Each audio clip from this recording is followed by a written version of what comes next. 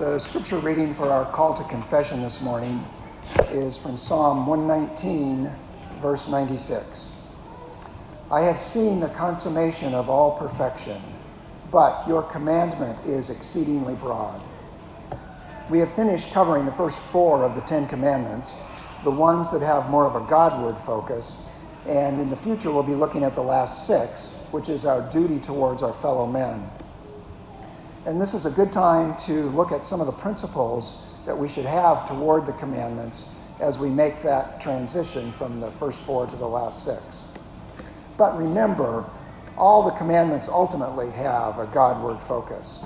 As David says in Psalm 51, against you, you only have I sinned. Today, you may have noticed that I used the same scripture verse as last week in the call to confession. And that's because I only got halfway through last week. So we're going to try to finish it this week. Last week, we looked at the proper uses of the law. First, it is a reflection of God's holiness, which shows us our sin and therefore drives us to Christ. It is our tutor or schoolmaster, as Galatians says. Second, the law is a restraint to sin. Luther called it a curb. Thirdly, the law shows Christians how to become more sanctified, how to become more holy. And this final reason is why we have been looking at the 10 Commandments in detail in our time of confession for the past 16 months.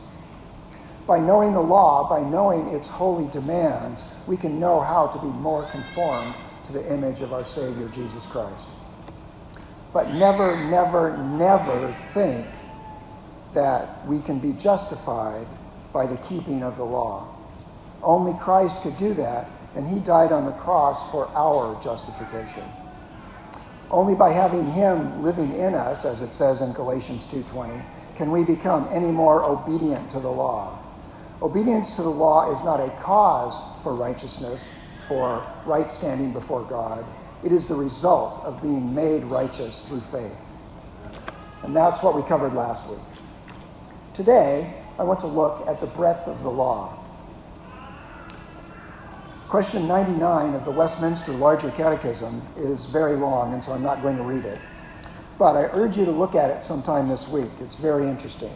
It has some good rules for understanding how we are to use the 10 Commandments and how they are to be used in our lives. As David said in Psalm 119, and Jesus confirmed in the Sermon on the Mount, God's commandments are exceedingly broad.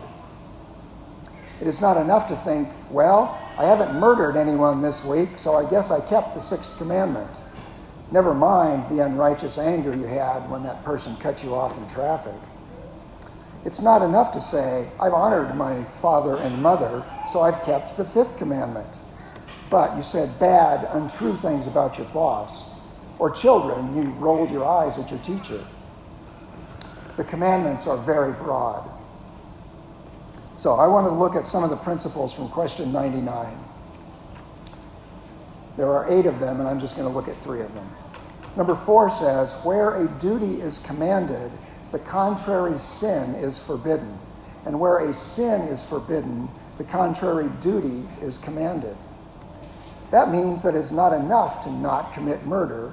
You have to do all in your power to preserve life, your life and the life of others.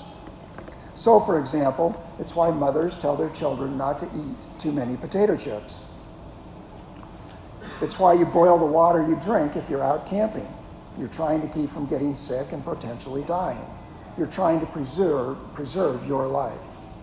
This is one of the ways of keeping the 6th commandment. Where a sin is forbidden, the contrary duty is required. Or principle number 6, which says that under one sin or duty, all of the same kind are forbidden or commanded. And we know this is true because Jesus said in Matthew 5 that it is not enough to not commit adultery. You must not even lust after another person. It is not enough to not steal. You must not be shortchanging your customers. You must not break a contract with another person which would take money from them in an illegitimate way. That is a kind of stealing, even if it's technically not breaking into somebody's house and taking something. Or principle number 7, that what is forbidden or commanded to ourselves, we are bound, according to our places, to endeavor that it may be avoided or performed by others. Not only are we required to keep the commandments, we are bound to help others keep them as well. That's why you shouldn't leave your car running with the keys in it, because somebody might decide to steal it. That would be not very wise, but it would also be a temptation to them. So these are just a few examples of how broad God's commandments are. We'll be covering more of the details in the next months as we get to each commandment. So, how can we sin in this? We can sin by forgetting how broad the commandments are. We can sin by forgetting that God's commands are not just for avoiding sin, but are for promoting righteousness. They're not just for avoiding bad behavior, but for promoting good. And we can sin by forgetting that we are to promote righteousness, good behavior, in others as well as ourselves. All of these ways of violating the commandments show us our sin and the need to confess it to a holy God in order to worship him rightly.